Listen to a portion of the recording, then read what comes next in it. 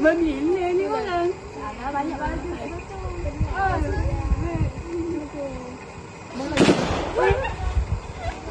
Dia kat mungkin. Oh my god. I'm Nikno Patricia reporting live. What you just witnesses is not an isolated incident. It is a sound of an aggressive, multi-billion-dollar unregulated global industry pushing our community for the illegal hunting. And to understand the species, we must look past the simple posture. We need to look at the industry network behind it, and joining us with the live frontliner or with live officers Patricia and Tirisha.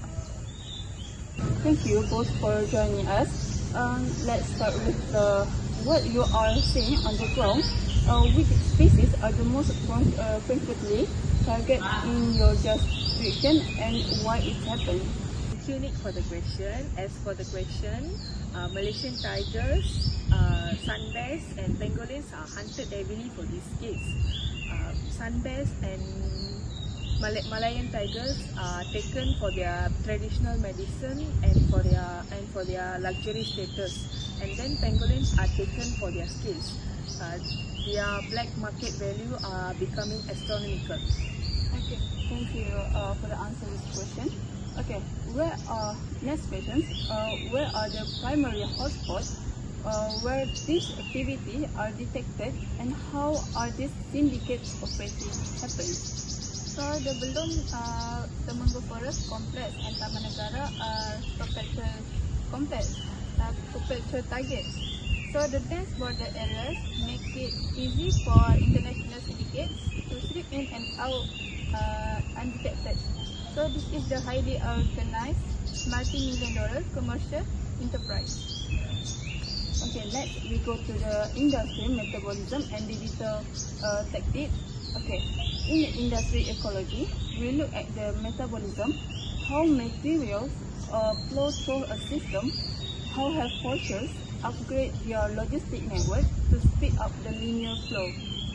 They have gone very digital. They use GPS to track down the animals' mutation patterns and encrypted messages apps to coordinate drops. The entire trade has moved to online black markets, hiding the materials and financial trails.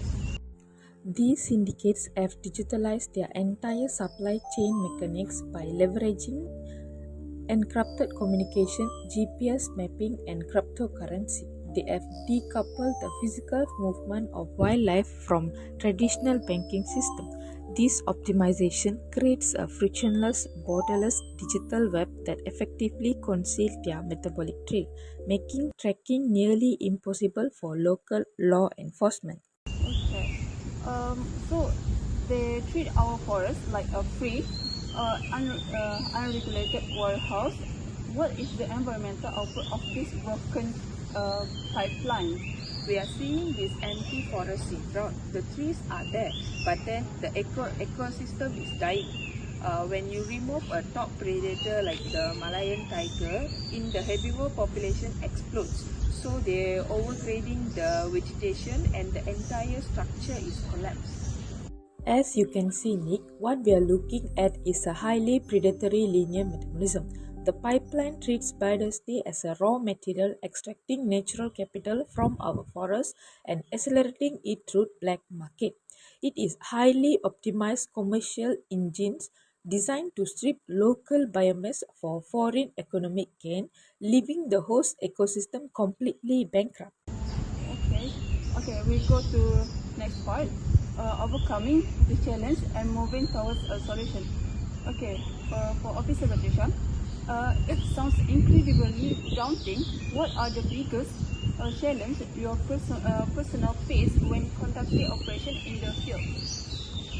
So the vastness of the forest compared to our member is overwhelmed.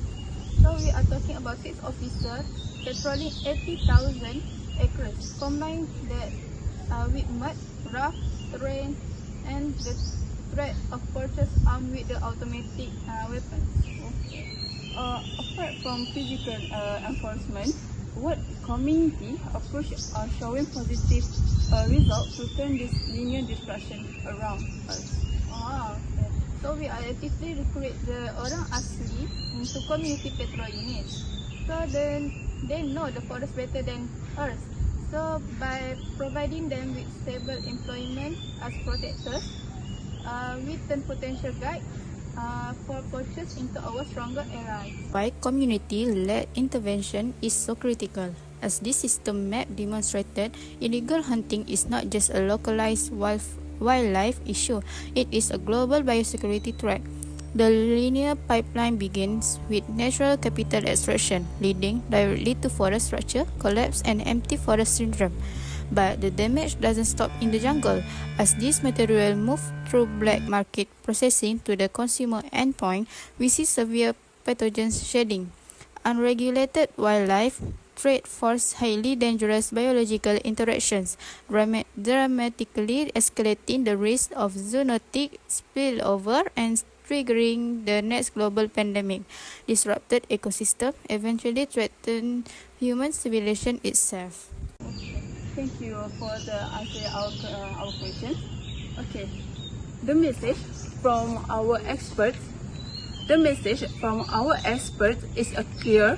Illegal hunting is a highly adaptive linear shadow industry. To stop it, we must disrupt its logistics and close the demand loop. And thank you for the officers to answer our question.